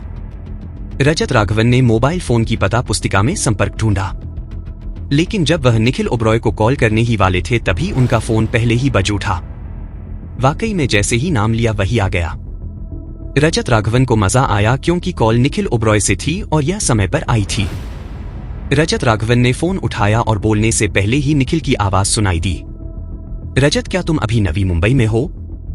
क्या तुम मेरी मदद कर सकते हो? मुझे धोखा दिया गया है। कैसीनो में मौजूद निखिल ओबरॉय को आखिरकार एहसास हुआ कि कुछ गलत था। सटीक रूप से कहें तो ₹1 करोड़ के नकद चेक और अपनी प्रेमिका जिसे वह पाल रहा था को हारने के बाद उसे आखिरकार कुछ गलत होने का एहसास हुआ। उसे कैसीनो में लाने वाला लड़का कब का गायब हो चुका था और अब सिर्फ निखिल ओबरॉय ही बचा था। निखिल ने अपनी सारी उपलब्ध पूंजी का उपयोग कर लिया था, यहां तक कि अपनी तिजोरी का पैसा भी निकाल लिया, लेकिन सब हार गया। अब उनकी कंपनी की पूंजी की श्रृंखला टूट चुकी थी और कंपनी को किसी भी समय समस्या हो सकती थी। इतना ही नहीं, जुए में दिलचस्पी रखने वाले निखिल ने अपनी प्रेमिका, जिसे वह कई सालों से पाल रहा था, यानी श्रुति मेनन को भी दांव पर लगा दिया। निखिल ओबरॉय न केवल एक सुपर अमीर दूसरी पीढ़ी की पहचान रखते थे, बल्कि वह लोकप्रिय सुपरस्टार श्रुति मेनन के पीछे की पहचान भी थे, उनके गोल्ड मास्टर। कुछ वरिष्ठ महिला सितारों को छोड़कर जो ब्रोकरेज कंपनियों की महत्वपूर्ण शेयरधारक बन चुकी हैं या जिनका उद्योग में प्रवेश से पहले ही बैकग्राउंड था। बाकी ज्यादातर सितारे असल में बड़े लोगों के सामने कुछ नहीं है। हालांकि एक लोकप्रिय सितारे को प्रभावित करना आसान नहीं है। वह कंपनी का नकदी स्रोत होता है। मनोरंजन उद्योग बहुत गहरा है। उन बड़ी ब्रोकरेज और मनोरंजन कंपनियों के पास बहुत मजबूत रिश्ते हैं और कुछ तो बड़े परिवारों के बच्चों द्वारा बनाई गई हैं।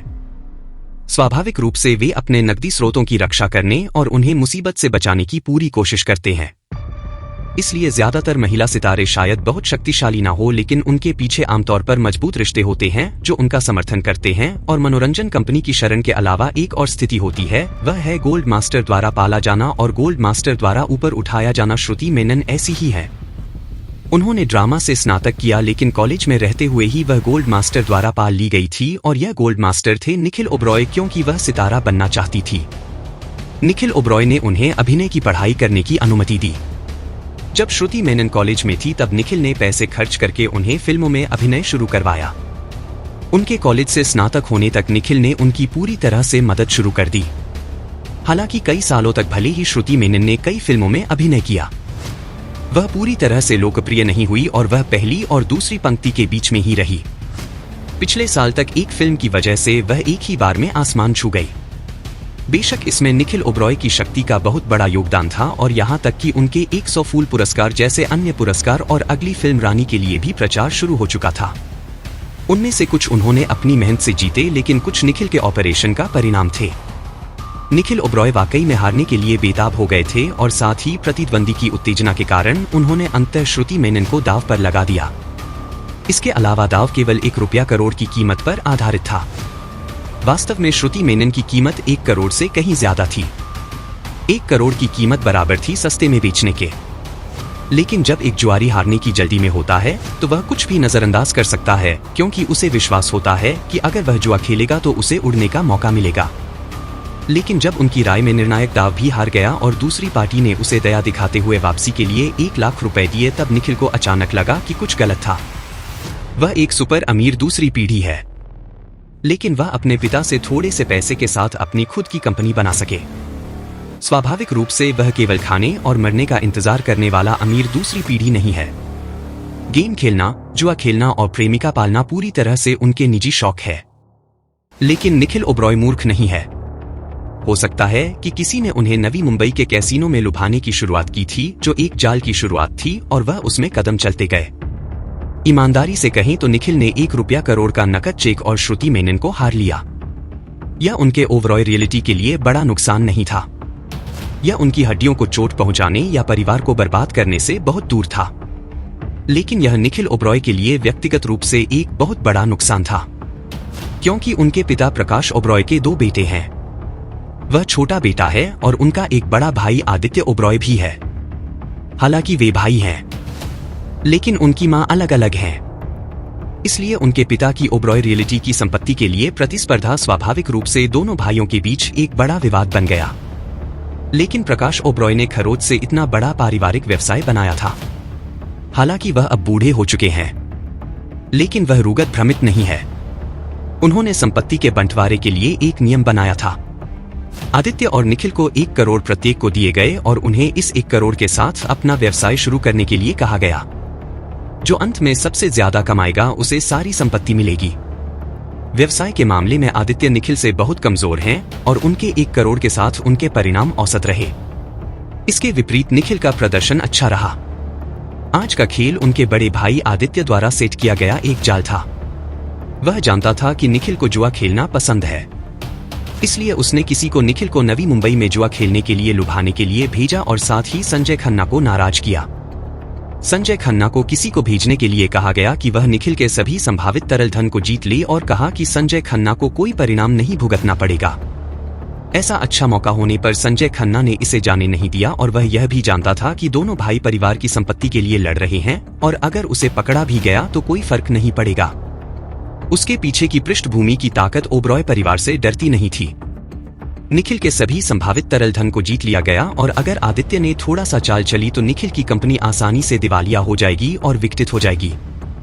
इस तरह अपने पिता के सामने आदित्य को पूर्ण लाभ होगा, और क्योंकि वह बड़ा बेटा है, यह कहना उचित है कि उसके पास 90% निश्चितता है। निखिल ओबरॉय को पता था कि उसे धोखा दिया गया है। हालांकि उसे घटना की विशिष्ट प्रक्रिया का पता नहीं था, लेकिन उसने अपने दिल में अनुमान लगाया कि यह साजिश उनके सौतेले भाई से अलग नहीं थी। वह खुले और ईमानदार तरीकों से परिवार की संपत्ति के लिए प्रतिस्पर्धा करना चाहता था, लेकिन उसे नहीं पता था कि उसका सौतेला भाई खून के रिश्ते की परवाह नहीं करेगा। नवी मुंबई में निखिल ओबरॉय के कोई अन्य परिचित दोस्त नहीं थे और गुजरात से दोस्तों को बुलाना अव्यावहारिक था। नवी मुंबई में इस कैसीनो का पैमाना इतना बड़ा था। यह स्पष्ट रूप से एक स्थानीय बड़ा सांप था और उसके दोस्त उसकी मदद नहीं कर सकते थे। एकमात्र तरीका यह देखना था कि नवी मुंबई में कोई स्थानीय दोस्त है जो उनकी मदद कर सकते हैं। सोचने के बाद निखिल को रजत राघवन की याद आई। गेम में परिचित हुआ प्रतिद्वंदी। दोनों ने गेम में एक दूसरे को नहीं जाना। दोनों ने व्हाट्सएप जोड़ा और एक दूसरे का फोन नंबर लिया। निखिल को याद आया कि उसने पूछा था और रजत राघवन ने कहा था कि वह नवी मुंबई से हैं। गेम में उनके साथ पैसे चार्ज करने में सक्षम होने के कारण निखिल को लगा कि नवी मुंबई में भी उनकी कुछ प्रभावशाली स्थिति होगी। बस वह निश्चित नहीं थे कि रजत राघवन उनकी मदद करेंगे या नहीं। आखिरकार दोनों की दोस्ती केवल गेम तक थी, लेकिन अब वह केवल कोशिश कर सकते थे और मरे हुए घोड़े को जीवित घोड़े की तरह इस्तेमाल करना था। इसलिए जब फोन कनेक्ट हुआ, निखिल ने बिना किसी हिचक के सीधे रजत राघवन से मदद मांगी। साथ ही वह अपने दिल में प्रार्थना कर रहे थे, उम्मीद करते हुए कि रजत राघवन इस बार उनकी मदद कर सके। निखिल, मैं हूं, क्या हुआ? मैं समझ गया, मैं अभी आता हूं। फोन काटने के बाद रजत राघवन निखिल के पास जाने के लिए निकल पड़े। क्या हुआ? सान्या कपूर ने पूछा। एक दोस्त को थोड़ी परेशानी है, मुझे जाकर देखना है। रजत राघवन मुस्कुराए। ओह, तो तुम जाओ। रजत राघवन के मामलों के बारे में सान्या कपूर ने बस इत्मीनान से पूछा और इसका गहराई से पता लगाने का इरादा नहीं था। वह और रजत राघवन अभी भी इस स्थिति में थे कि रजत राघवन है और वह सान्या कपूर है। रजत राघवन मुस्कुराए और बाहर चले गए। आधे घंटे से ज्यादा ड्राइव करने के बाद वह ताज विवाह नवी मुंबई पहुंचे। निखिल ओबरॉय दरवाजे पर उनका इंतजार कर रहे थे। हालांकि दोनों ऑनलाइन चेक करते थे। निखिल ने कभी नहीं देखा था कि रजत राघवन कैसे दिखते हैं। इसके विपरीत रजत राघवन ने निखिल की व्हाट्सएप स्टोरी की तस्वीरें देखी थी और जानते थे कि वह एक मोटा आदमी है। निखिल दरवाजे पर निखिल को इधर उधर घूमते देख रजत राघवन मुस्कुराते हुए उनके पास गए। तुम रजत राघवन हो? निखिल ओबरॉय को अपने सामने असाधारण आकर्षण वाले इस सुंदर लड़के को देखकर बहुत आश्चर्य हुआ। हाँ, मैं ही हूं, रजत राघवन ने कहा। मुझे सचमुच नहीं पता था कि तुम इतने युवा हो। यह मुझे हैरान करता है। निखिल ओबरॉय हंसे। क्या हुआ? मुझे स्पष्ट रूप से बताओ। मैं देखना चाहता हूं कि यह मेरी मदद करने लायक है या नहीं। रजत राघवन ने सीधे बात की। यह सुनकर निखिल ओबरॉय ने कड़वाहट के साथ मुस्कुराया और रजत राघवन को पूरी घटना का सामान्य विवरण बताया। निखिल, तुम वाकई में कमाल हो। जुआ खेलना और हारना तो ठीक है, लेकिन तुमने अपनी प्रेमिका को भी दांव पर लगा दिया। जिस महिला को तुमने पाला था उसे दूसरों ने जीत लिया। क्या तुम्हें दुख नहीं होता? रजत राघवन ने जानबूझकर कहा। अरे मत बताओ, मैं बहुत पछतावा कर रहा हूं। भाई, क्या तुम नवी मुंबई में इतने प्रभावशाली हो कि मेरी इस बार मदद कर सको? निखिल ओबरॉय ने पूछा। मदद की जा सकती है, लेकिन मदद करने के बाद तुम मुझे कैसे धन्यवाद दोगे? रजत राघवन ने मुस्कुराते हुए कहा। यह सुनकर की उम्मीद है। निखिल ओबरॉय अचानक उत्साहित हो गए और जल्दी से बोले, भाई, अगर तुम मुझे इस मुश्किल समय से निकाल सकते हो तो तुम जो चाहो मैं दूंगा। करोड़ काफी है। अगर नहीं तो मैं तुम्हें श्रुति मेनन दे दूंगा। छोड़ो, उसे तुमने बचपन से पाला है। मैं उसे लेने में कैसे शर्मिंदगी महसूस नहीं करूंगा। मुझे पैसे में कोई दिलचस्पी नहीं है। मैं सिर्फ चाहता हूं कि तुम मेरी एक मदद करो। रजत राघवन ने कहा। क्या मदद? तुम बताओ। निखिल ओबरॉय ने जल्दी से कहा। श्रुति मेनन को इन 2 दिनों में मेरी कंपनी के लिए ब्रांड एम्बेसडर बनने दे। रजत राघवन ने कहा। अरे, यह कौन सी बड़ी मदद है? छोटी सी बात है। अगर तुम इस बार मेरी मदद कर सकते हो तो एक बार ब्रांड इन्वेस्टर बनने की बात तो छोड़ो, वह जिंदगी भर मुफ्त में विज्ञापन करेगी, हमेशा बुलाने पर उपलब्ध रहेगी और इस तरह की मदद मैं हमेशा याद रखूंगा। निखिल ओबरॉय ने कहा। यह तुमने कहा? हाँ मैंने कहा, तो चलो अंदर, रजत राघवन ने कहा और अंदर जाने के लिए तैयार हुए। रुको भाई, क्या तुम इस कैसीनो के मालिक को जानते हो? निखिल ओबरॉय ने पूछा। नहीं जानता। रजत राघवन ने सिर हिलाया। तो तुम मेरी मदद कैसे करोगे? निखिल ओबरॉय हैरान थे। क्या तुम नवी मुंबई में उस तरह के बॉस हो जो सिर्फ एक शब्द बोलकर सब कुछ कर देता है? तुम बहुत ज्यादा सोच रहे हो। जैसे हारा है वैसे ही जीत लिया जाएगा। मैं तुम्हें जीतने में मदद करूंगा। रजत राघवन मुस्कुराए। भाई तुम मेरे साथ मजाक तो नहीं कर रहे?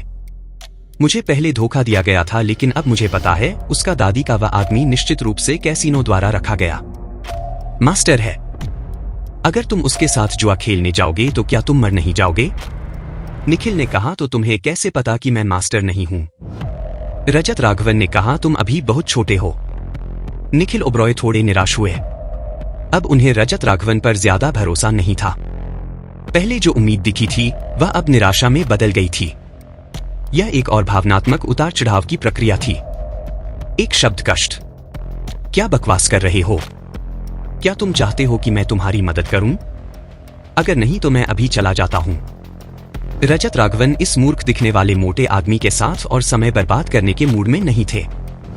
हाँ, तो मैं पहले बता दूं, अगर तुम्हें नुकसान हुआ तो मुझे दोष मत देना। निखिल ओबरॉय ने कहा। चिंता मत करो, तुम बस वही करो जो मैं कहता हूं। रजत राघवन मुस्कुराए। ताज विवाह क्लब के नीचे कैसीनो में प्रवेश के लिए सदस्यता की आवश्यकता होती है, लेकिन अगर कोई सदस्य साथ ले जाए तो एक व्यक्ति एक अतिरिक्त व्यक्ति को ला सकता है। इसलिए निखिल ओबरॉय के मार्गदर्शन में दोनों आसानी से कैसीनो में पहुंच गए। तुम्हारे पास अब कितने चिप्स हैं? रजत राघवन ने पूछा। 10 लाख। इसके बारे में बोलते हुए निखिल ओबरॉय फिर से गुस्सा हो गए।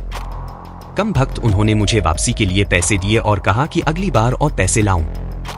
तुम वाकई में बहुत खराब हो। गेम में इतने घमंडी थे और यहां कुत्ते की तरह खेला गया। रजत राघवन ने बोलने में कोई नरमी नहीं बरती। हाय, कौन कहता है कि नहीं बलवान ड्रैगन स्थानीय सांपों को दबा नहीं सकता?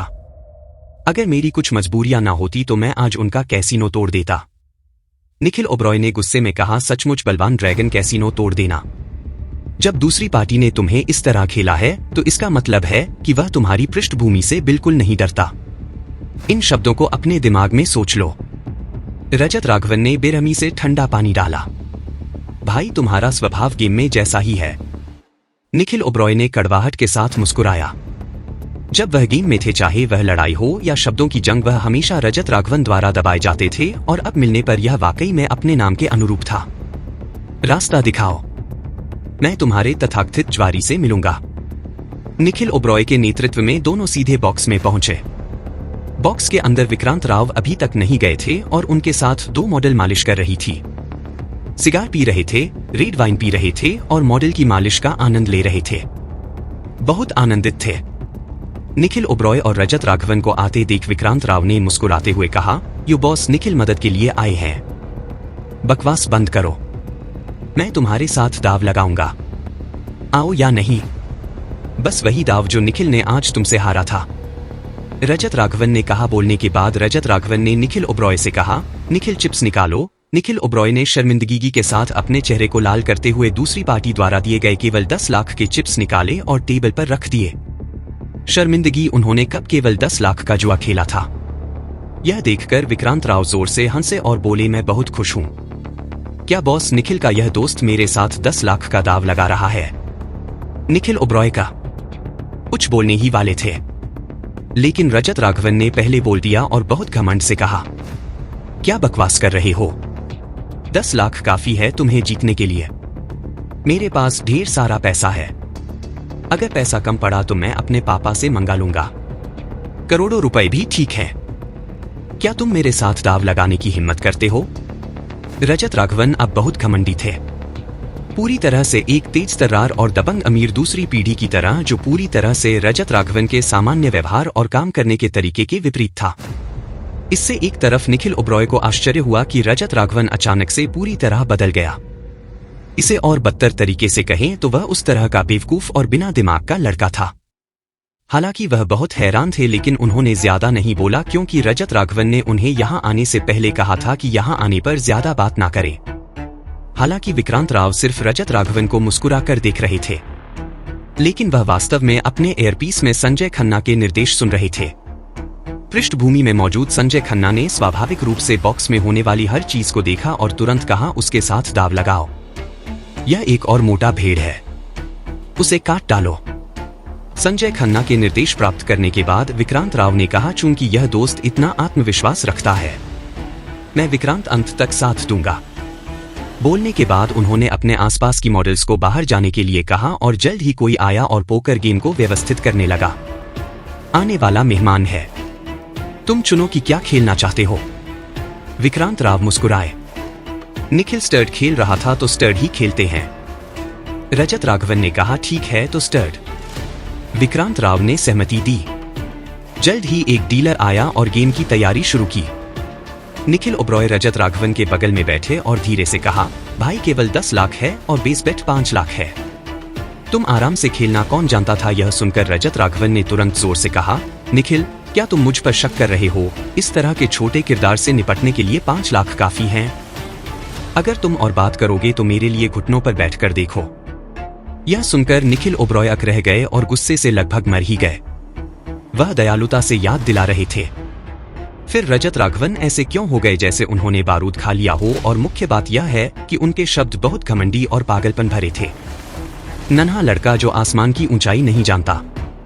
विक्रांत राव अपने दिल में हंसे। रजत राघवन के आने के बाद से उनके प्रदर्शन से वह जान गए थे कि रजत राघवन सिर्फ एक अमीर दूसरी पीढ़ी है, या वह बिना दिमाग वाले प्रकार के बिल्कुल जुआ मास्टर नहीं। ऐसी मोटी भेड़ को काटना उनके लिए आसान था, क्योंकि असली जुआ मास्टर ना तो बहुत युवा होते हैं और ना ही बहुत बूढ़े। वे आमतौर पर मध्यम आयु के होते हैं। बूढ़ा आदमी अनुभवी होता है, लेकिन वह बहुत बूढ़ा होता है और उसका दिमाग सहन नहीं कर सकता।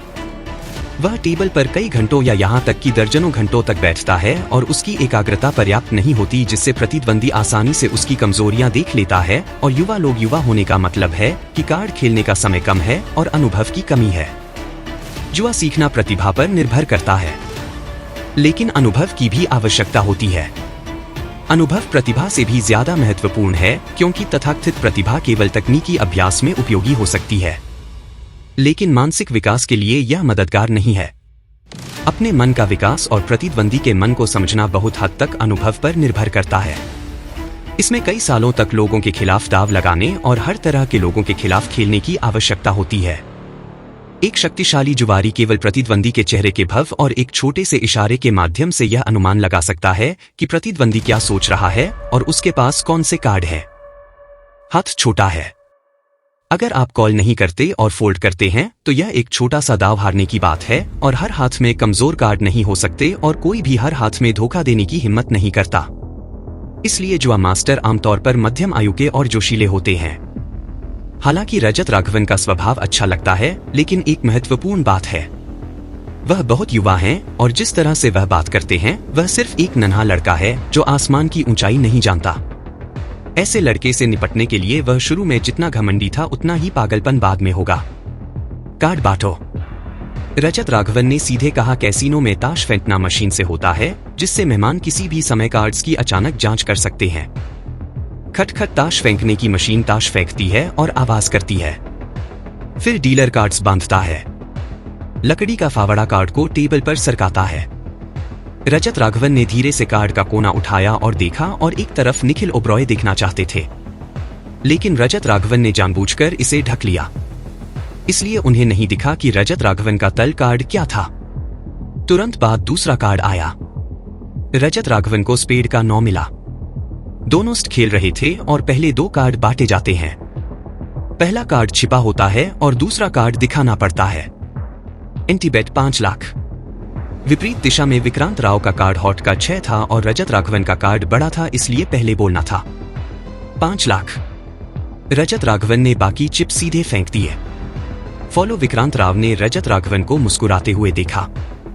एक असली मास्टर आमतौर पर एक वाक्य याद रखता है, किसी भी प्रतिद्वंदी को तुच्छ ना समझो। जुए में मनोवैज्ञानिक युद्ध बहुत महत्वपूर्ण है और तुच्छ समझना प्रतिद्वंदी को पैसे देने के बराबर है। लेकिन विक्रांत राव की नजर में रजत राघवन उन्हें तुच्छ समझ रहे थे और उन्हें नीचा दिखा रहे थे। लेकिन उन्हें नहीं पता था कि अब सब कुछ रजत राघवन के नियंत्रण में था। यहाँ तक कि विक्रांत राव को क्या करना चाहिए यह भी रजत राघवन की उम्मीदों के दायरे में था। यह कहना कि पहले रजत राघवन शायद जुए में अच्छे नहीं थे, लेकिन उन्होंने सिस्टम से जुआ विशेषज्ञता कौशल प्राप्त किया था। कौशल सीखते समय उनके पास गहरे जुआ अनुभव भी थे।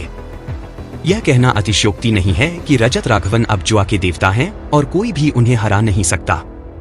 फोल्ड। जब तीसरा कार्ड बांटा गया तो विक्रांत राव ने कार्ड फोल्ड करने का फैसला किया। क्योंकि रजत राघवन के खुले कार्ड्स में 2 9 थे जो एक जोड़ी थी, और तीसरे कार्ड पर फोल्ड करने का कारण यह था कि विक्रांत राव रजत राघवन के लिए एक भ्रम पैदा करना चाहते थे। वह भ्रम कि आपका कार्ड खराब होने लगा है। विक्रांत राव को रजत राघवन के चिप्स जीतने की जल्दी नहीं थी। उन्हें जीतने या हारने की परवाह नहीं थी। वह बड़ा जीतना चाहते थे। इसलिए पहले कुछ राउंड में वह रजत राघवन का निरीक्षण कर रहे थे, उनकी आदतें, उनकी मनोवैज्ञानिकता आदि। विक्रांत राव को युवाओं के साथ जुआ खेलने का बहुत अनुभव था। पहले युवाओं को थोड़ा जीतने दो और फिर उत्तेजित करो तो आप बड़ा पैसा जीत सकते हो। हालांकि रजत राघवन के पास ज्यादा चिप्स नहीं थे, लेकिन रजत राघवन ने कहा था कि उनके पिता के पास पैसा है। उन्होंने कई अमीर दूसरी पीढ़ी को देखा है जो कैसीनो में जुआ खेलने के लिए विभिन्न कारणों से अपने पिता से पैसा मांगते हैं। लगातार 5 राउंड के कार्ड्स में रजत राघवन ने 4 जीते और 1 हारा और 1 में सीधे फोल्ड कर दिया। कुल मिलाकर उन्होंने बहुत जीता और उनके पास चिप्स 50 लाख तक पहुंच गए। 10 लाख का बेस बेट। विक्रांत राव ने अचानक कहा और रजत राघवन से पूछा, ठीक है, बड़ा खेल मजेदार है। रजत राघवन ने घमंड से कहा, किस्मत आखिरकार आ गई। आखिरकार आ गई। एक तरफ निखिल ओबरॉय बहुत उत्साहित थे, यह देखकर कि रजत राघवन ने 10 लाख से 50 लाख जीत लिए। उन्हें लगा कि रजत राघवन की किस्मत आ गई थी। कैसीनो में जब किस्मत आती है और हाथ गर्म होते हैं तो वह कार्ड बहुत शानदार होता है। उनकी राय में उनके लिए आज रात हारी हुई चीजों को वापस जितना बहुत मजेदार था। जो नहीं जानते थे वह यह था कि यह प्रदर्शन चुपके से विक्रांत राव द्वारा देखे जा रहे थे। 5 और गेम खेले। विक्रांत राव के जानबूझकर पानी छोड़ने के बाद रजत राघवन फिर भी ज्यादा जीते और कम हारे और उनके पास चिप्स 1.5 करोड़ तक पहुंच गए। 11वां राउंड रजत राघवन ने पहले कुछ राउंड में हमेशा अपने दल कार्ड्स को नजरअंदाज किया और ऐसा लगता था कि वह किस्मत पर विश्वास करते थे। का खुला कार्ड स्पेड का राजा था।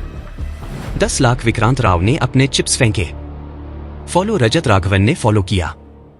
कार्ड बांटना और कार्ड बांटना और कार्ड बांटना और 5वां कार्ड बांट दिया गया। विक्रांत राव के 4 कार्ड्स थे, कॉट का राजा, घास का 8, घास का 9 और स्पेड का 2।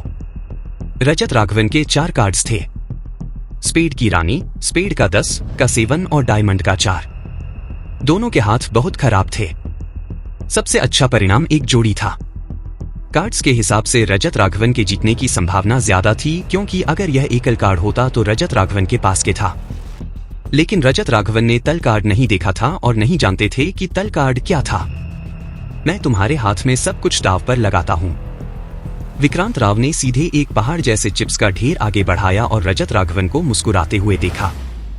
विक्रांत राव हिल रहा था, लेकिन इसका मतलब यह नहीं है कि वह अपने हाथ के सभी चिप्स को स्टड दे रहा था, क्योंकि स्टड का नियम यह है कि टेबल पर सबसे कम चिप्स वाले व्यक्ति के हिसाब से गणना की जाती है।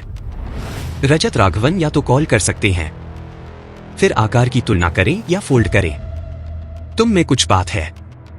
रजत राघवन ने गंभीर होने का नाटक किया और फिर कार्ड के कोने को देखा। निखिल ओबरॉय का दिल उछल गया और वह फिर से देखना चाहता था, लेकिन रजत राघवन ने उसे मौका नहीं दिया, जिससे निखिल ओबरॉय को शिकायत भरी नजर आई। यह उसे देखने से कैसे रोक सकता है। बस यही रजत राघवन ने अपने हाथ के सभी चिप्स को आगे बढ़ाया। रजत, क्या तुम और जोड़ने की हिम्मत करते हो? विक्रांत राव ने अचानक सुझाव दिया कि वह जानते थे कि रजत राघवन का उपनाम रजत है, क्योंकि इन कुछ राउंड के बाद निखिल ओबरॉय ने रजत राघवन को उनके नाम से पुकारा था। कितना जोड़ना चाहते हो? रजत राघवन ने पूछा। और 5 रुपए करोड़ कैसा रहेगा? विक्रांत राव ने कहा, लेकिन ऐसा लगता है कि तुम्हारे पास इतना पैसा नहीं है। रजत विक्रांत राव के बोलते ही रजत राघवन ने घमंड से कहा, तुम कह रहे हो कि मेरे पास पैसा नहीं है? करोड़ ही तो हैं, मेरे पास हैं। बोलने के बाद उन्होंने एक बैंक कार्ड निकाला और टेबल पर पटक दिया। यह सिर्फ एक गोल्ड कार्ड था जिसमें 1 रुपया करोड़ थे, जिसे रजत राघवन ने आने से पहले अंजलि वर्मा से तैयार करने के लिए कहा था। बेशक जो इस्तेमाल किया गया वह कंपनी का नकदी प्रवाह था, भले ही रजत राघवन कंपनी के अध्यक्ष हो। यह कहना उचित है कि एक बार में कंपनी के 10 करोड़ की कार्यशील पूंजी को हिलाना नियमों के अनुरूप नहीं है। अगर वह हार गए तो कुछ होगा, लेकिन रजत राघवन चिंतित नहीं थे क्योंकि उन्होंने कभी नहीं सोचा था कि वह हारेंगे। टेबल पर बैंक कार्ड को देखकर विक्रांत राव मुस्कुराए और बोले, रजत वाकई में शानदार है। अप्रत्याशित रूप से रजत राघवन ने एक तरफ निखिल ओब्रॉय से कहा, निखिल पासवर्ड 60 है, जाओ चिप्स बदलो, लेकिन मेरे लिए 1 रुपया करोड़ के चिप्स लाओ, मैं 10 करोड़ और जोड़ूंगा। रजत राघवन के बोलते ही विक्रांत राव का चेहरा अचानक बदल गया। 10 राउंड के निरीक्षण के माध्यम से उन्हें विश्वास था कि रजत राघवन एक ऐसा व्यक्ति है जो किस्मत पर विश्वास करता है और वह सावधान भी है और कार्ड्स के आकार के अनुसार बोलता है। इस तरह का दाव ज्यादातर जुआरियों का पारंपरिक तरीका है। पहला खुला कार्ड अच्छा है और यह हमेशा बहुत बड़ा होता है और अंत में ही तल कार्ड देखा जाता है। अगर खुला कार्ड बड़ा नहीं है तो वह पहले तल कार्ड देखेगा। अगर तल कार्ड अच्छा है तो कॉल करेगा। इस हाथ में रजत राघवन का पहला खुला कार्ड हॉट का राजा है और खुला कार्ड हमेशा उससे बड़ा रहा है, इसलिए उसने अंत में तल कार्ड देखा और उसके साथ स्ट करने का फैसला किया। विक्रांत राव का चेहरा गलत था और उन्हें लगा कि कुछ गलत था। उनका तल कार्ड डायमंड का क्यों था? इस हाथ में वह एक जोड़ी है, रानियों की जोड़ी। रजत राघवन का खुला कार्ड पुराना राजा है। अगर वह जीतना चाहते हैं तो उन्हें भी पुराना राजा होना चाहिए। राजाओं की जोड़ी उनकी रानियों की जोड़ी को हरा सकती है। रजत राघवन ने पहले कभी अपने तलकार्ड्स को नहीं देखा था, इसलिए उन्हें लगा कि तलकार्ड का पुराना राजा होने की संभावना कम थी। विक्रांत राव ने जानबूझकर उन्हें उत्तेजित किया और चाहते थे कि वह रेस करें, क्योंकि उन्हें लगा कि चाहे रजत राघवन उनके रेस को फॉलो करें या ना करें और सीधे कार्ड्स खोलें, वह निश्चित रूप से जीतेंगे। उन्हें उम्मीद थी कि रजत राघवन फॉलो करेंगे। रजत राघवन ने वाकई फॉलो किया, लेकिन रजत राघवन ने अचानक उन्हें एक ऐसा कार्ड दिया जो रूटीन के अनुसार नहीं था और सीधे 1 रुपया करोड़ और जोड़े। निखिल ओब्रॉय ने जल्दी से 1 रुपया करोड़ के चिप्स लाए, कुल 20 गोल्डन चिप्स जो कैसीनो में सबसे बड़े चिप्स थे, प्रत्येक 50 लाख रुपए के। रजत राघवन ने चिप्स का एक बॉक्स सीधे आगे बढ़ाया और मुस्कुर आते हुए कहा, रेस। विक्रांत राव का चेहरा अब शर्मिंदगी में था। वह हिचकिचाए। उन्होंने अनुमान लगाया कि 80% संभावना है कि रजत राघवन के हाथ में तलकाट पुराना राजा है और वह इस तरह दाव लगाने की हिम्मत कर रहे हैं। इसका मतलब है कि रजत राघवन का हाथ छोटा नहीं है। रजत राघवन के इतने लंबे समय तक निरीक्षण के अनुसार विक्रांत राव रजत राघवन के चरित्र को बहुत स्पष्ट रूप से जानते थे। ज्यादातर जुआरियों की तरह जब उन्हें यकीन होता है कि उनके हाथ के कार्ड्स जीत सकते हैं तो वह बिना छिपाए रेस करते हैं। विक्रांत राव अचानक हंसे, रजत तुम बहुत जल्दबाजी में हो और अपने भाई के पैसे वापस जीतना चाहते हो। अगर तुम बड़े हो, अगर तुम एक कदम और सहन कर लेते और करोड़ जोड़ते तो मैं तुम्हारे साथ जाता। विक्रांत राव के बोलने के बाद उन्होंने खुलासा किया कि छिपा हुआ कार्ड एक क्यू था और रजत राघवन के सामने गर्व से हिलाया, फिर सभी कार्ड्स को ढक दिया, उन्हें एक तरफ फेंक दिया और सीधे पानी में चले गए। इसका मतलब है कि रजत राघवन ने 1 रुपया करोड़ जोड़े और वह फॉलो नहीं किए। शुरुआत से अब तक उन्होंने कुल 2.1 करोड़ हारे और यह कोई मायने नहीं रखता था। उन्होंने निखिल ओब्रॉय के 1 रुपया करोड़ जीते थे। 21 लाख रुपए ने उन्हें रजत राघवन के स्वभाव को पूरी तरह से समझने दिया और यह इसके लायक था। कम भक्त रजत, यह बहुत स्पष्ट था कि तुम्हारा तलकार पुराना के था। अगर तुम सहन कर लेते तो तुम और करोड़ जीत सकते थे। निखिल ओब्रॉय ने अफसोस की आवाज निकाली। अगर रजत राघवन ने विक्रांत राव को डराया नहीं होता तो वह और 5 रुपए करोड़ जीत लेते और उनके द्वारा हारे गए 1 रुपया करोड़ का आधा से ज्यादा वापस आ जाता। कौन कहता है कि मेरा तलक पुराना राजा है? यह तो बस एक इक्का है। रजत राघवन मुस्कुराए और अपने हाथ में तल कार्ड को पलट दिया। क्या इक्का? निखिल ओब्रॉय चिल्लाए। रजत राघवन के कार्ड्स थे हॉट का इक्का, हॉट का राजा, हॉट का 8, फूलों का 9 और स्पेड का 2। विक्रांत राव के कार्ड्स थे स्पेड की रानी, स्पेड की रानी, स्पेड का 10, का 7 और डायमंड का 4। रजत राघवन का कार्ड एक ढीला कार्ड था। सबसे बड़ा यह था, विक्रांत राव का कार्ड एक जोड़ी था, रानियों की जोड़ी। इसलिए यह गेम वास्तव में विक्रांत राव ने जीता था। लेकिन उन्हें लगा कि उन्होंने रजत राघवन की जुआशली को समझ लिया है और रजत राघवन ने उन्हें धोखा दिया, यह सोचकर कि उनके हाथ में तलकाट पुराना राजा था। हाँ, मैं हंसते हंसते मर रहा हूं। तुम कमाल हो प्रजत, निखिल ओब्रॉय जोर से हंसे। यह एक खुशी भरा हंसी थी। इतने लंबे समय तक दबे रहने के बाद वह आखिरकार एक बार राहत महसूस कर सके। इस गेम में रजत राघवन ने विक्रांत राव के हाथ से और 1.5 करोड़ जीते। तुमने मुझे धोखा दिया, विक्रांत राव ने रजत राघवन को घूरते हुए कहा। तुम हिम्मत नहीं कर सके, मुझे दोष दे रहे हो, रजत राघवन ने हल्के से कहा। हाँ, मैंने बहुत समय बाद तुम जैसे दिलचस्प युवा को नहीं देखा। विक्रांत राव ने ठंडी हंसी हंसी। निखिल, 1 रुपया करोड़ के चिप्स बदलो।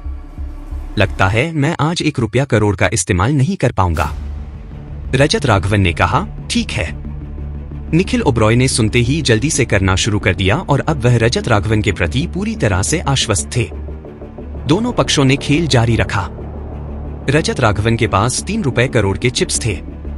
विक्रांत राव के पास अभी भी 9 रुपए करोड़ के चिप्स थे, जिनमें से करोड़ उनकी शुरुआती पूंजी थी और 7 रुपए करोड़ जीते गए थे। अगले 20 या इतने राउंड में विक्रांत राव ने पाया कि भले ही वह पानी ना छोड़े, रजत राघवन को जीतना मुश्किल था और रजत राघवन का प्रदर्शन विक्रांत राव के लिए कुछ हद तक